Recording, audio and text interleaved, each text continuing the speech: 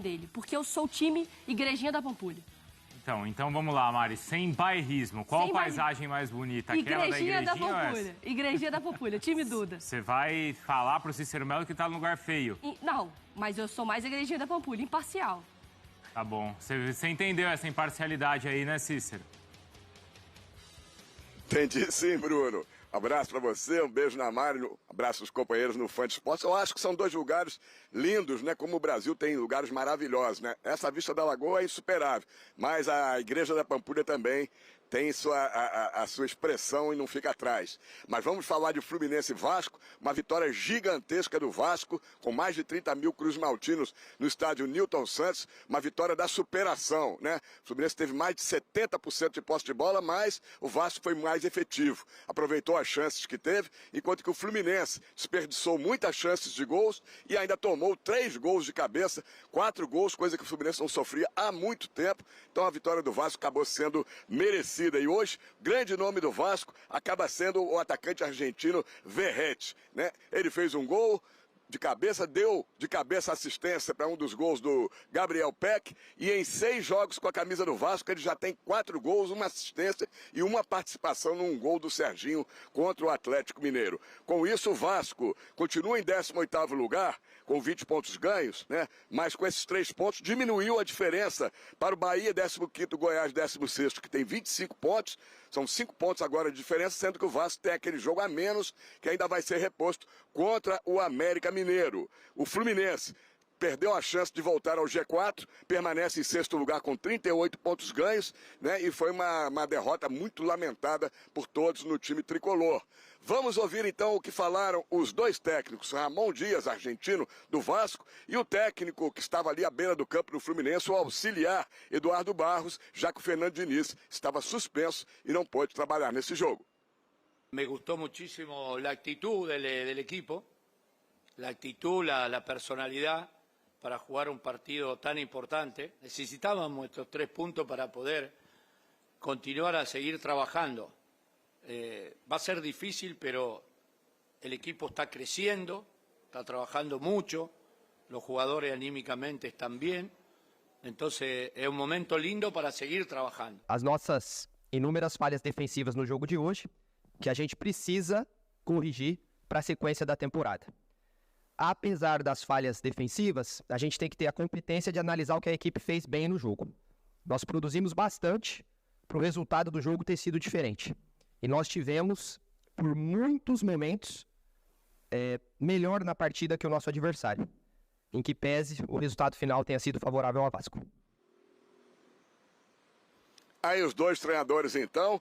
Essa semana é uma semana muito importante para o Vasco. Aquilo que os torcedores queriam há muito tempo vai acontecer. Próximo jogo do Vasco, quinta-feira, a volta do público da torcida a São Januário, que não acontece desde o dia 22 de junho, naquele Vasco e Goiás, na 11ª rodada do campeonato. Já o Fluminense volta a campo quarta-feira, 9h30 da noite, também a volta do Maracanã com o gramado reformulado, jogo contra o Cruzeiro. E o John Arias é a grande preocupação do time tricolor. Saiu com uma contusão que não se sabe a extensão, a gravidade no tornozelo, né? Saiu de maca, mancando depois do jogo, e preocupa até para o jogo contra o Internacional dentro de 10 dias. Voltamos aos estúdios. E só para não esquecer, na semana passada o Cícero falava que o Rossi estava bem nos treinos e que poderia ser uma das novidades no Vasco, jogou bem mesmo. Como o Paulinho, Zé Gabriel e outros também ali. Bem lembrado. A missão avisou. Sempre. Obrigada, Cícero. A gente coloca na tela agora o Bola de Prata, o prêmio dos melhores dessa 23ª rodada, Bruno. Quem tem aí? Vamos dar uma olhada. Tem o Cleiton, do Red Bull Bragantino, tem o Maicon, tem o Kaká, do Furacão, o Bustos, do Inter, o René, claro, também. O Jussa, o Lucas Silva, olha o Cruzeiro marcando presença, né? Deu uma grande vitória. Com a boa vitória sobre o Santos, né? Isso, Nicão também, que entrou e resolveu o jogo. Aí o Peck e o Vegete também, Vitor Bueno. E o técnico Wesley Carvalho, que venceu o Flamengo. Uma vitória maiúscula do Vasco da Gama para cima do Fluminense, 4-2. O Ramon Dias disse que não cairia o Vasco. Não barrará. Talvez, olha, talvez as coisas estejam mudando mesmo, hein? Vamos ver então o que aconteceu na partida, que foi muito boa. Não vai barrar, não vai barrar. Na última partida, sem São Januário, o Vasco mandou o clássico contra o Fluminense no estádio Newton Santos, a casa do Botafogo. A dupla de ataque tricolor poderia ter aberto o placar. Primeiro nessa chance incrível perdida por John Kennedy. Em seguida, ele fez a parede para Cano finalizar. Léo Jardim foi buscar. A resposta vascaína veio aos 23 minutos. Rossi deixou Marcelo no chão e cruzou na cabeça de Praxedes. O meia não desperdiçou. Fazer gol contra uma grande equipe é sempre prazeroso, é sempre importante. E contra a Fluminense, que é uma equipe que eu já joguei também, é melhor ainda. Uma cena deixou os tricolores preocupados. Aos 38 minutos, John Arias torceu o tornozelo e saiu de maca, chorando, dando lugar a Lima. No fim da primeira etapa, John Kennedy quase empatou. O segundo tempo começou a 1000 por hora. Logo no primeiro lance, Marcelo recebeu dentro da área e empatou o confronto. Ele gosta sim, ó. Ele cai para o lado direito da área, recebe essa bola, vira e bate de canhota. Foi indefensável para o Léo Jardim. Aos 5 minutos, Rossi cobrou o escanteio e Verratti testou bonito para recolocar o Cruz Maltino na frente. Com o Maracanã reservado para a final da Copa do Brasil, o Vasco recebeu o Fluminense no estádio Newton Santos. Clássico jogão com muitos gols e com final feliz para a torcida vascaína. Não dá para chamar de lar, mas os vascaínos se sentiram à vontade no Newton Santos. Quase 36 mil presentes no clássico. Longe de casa, mas agarrados à história. Os jogadores usaram um uniforme que homenageia o centenário dos camisas negras. Para o semifinalista da Libertadores, o desconforto. O Fluminense, dominante em muitos momentos, teve o poder de reação colocado à prova e chegou ao limite. É difícil contar a história do jogo hoje. Tomamos gols em momentos que a gente estava muito melhor na partida. Não é simples explicar um jogaço. Lotado de alternativas, quente, intenso. O Fluminense começava a ganhar terreno e o Vasco abriu o placar. Rossi deixou o Marcelo no chão, sem rumo. Cruzamento perfeito, na cabeça do Praxedes. Rossi botou na cabeça do Praxedes! Não bastasse a desvantagem, os tricolores perderam John Arias aos 36 minutos. Ele torceu o tornozelo direito e saiu do campo chorando.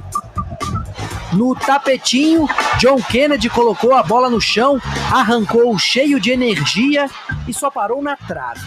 Na trave! Jogadaça! A pressão tricolor invadiu o segundo tempo. Bastaram 42 segundos. Deixaram o Marcelo solto na área. Um toque para dominar, outro para ajeitar e o chute para empatar. Marcelo! O Vasco hoje tem um atacante decisivo.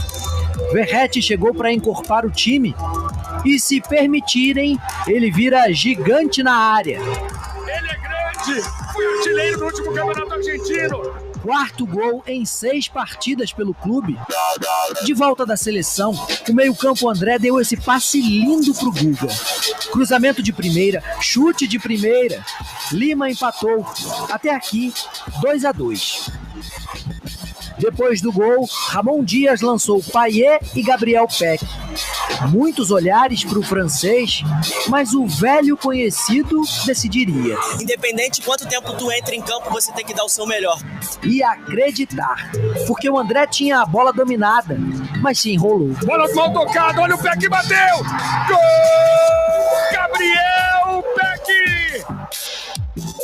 O alvo do Pumita foi o grandalhão Verratti. De goleador para goleador. Peck é o artilheiro do time na temporada, com 11 gols. Desde o início da proibição da presença de público em São Januário, o Vasco pulou de casa em casa. Primeiro no Maracanã, agora no Newton Santos.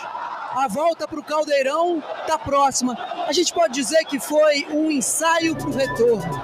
O Vasco não vencia o Fluminense havia 4 anos. levou 8 jogos. Eu saio aqui, claro, com o sentimento assim de que a gente merecia algo melhor. Um volume muito maior de oportunidades e eles foram mais efetivos que a gente. Essa equipe tem coração, tem alma, tem muito sacrifício e mostrou que vai lutar até a última batalha. Esse grupo foi fantástico hoje, mostrou um poder de ação e reação muito forte. Então agradecer ao torcedor por estar sempre acreditando na gente.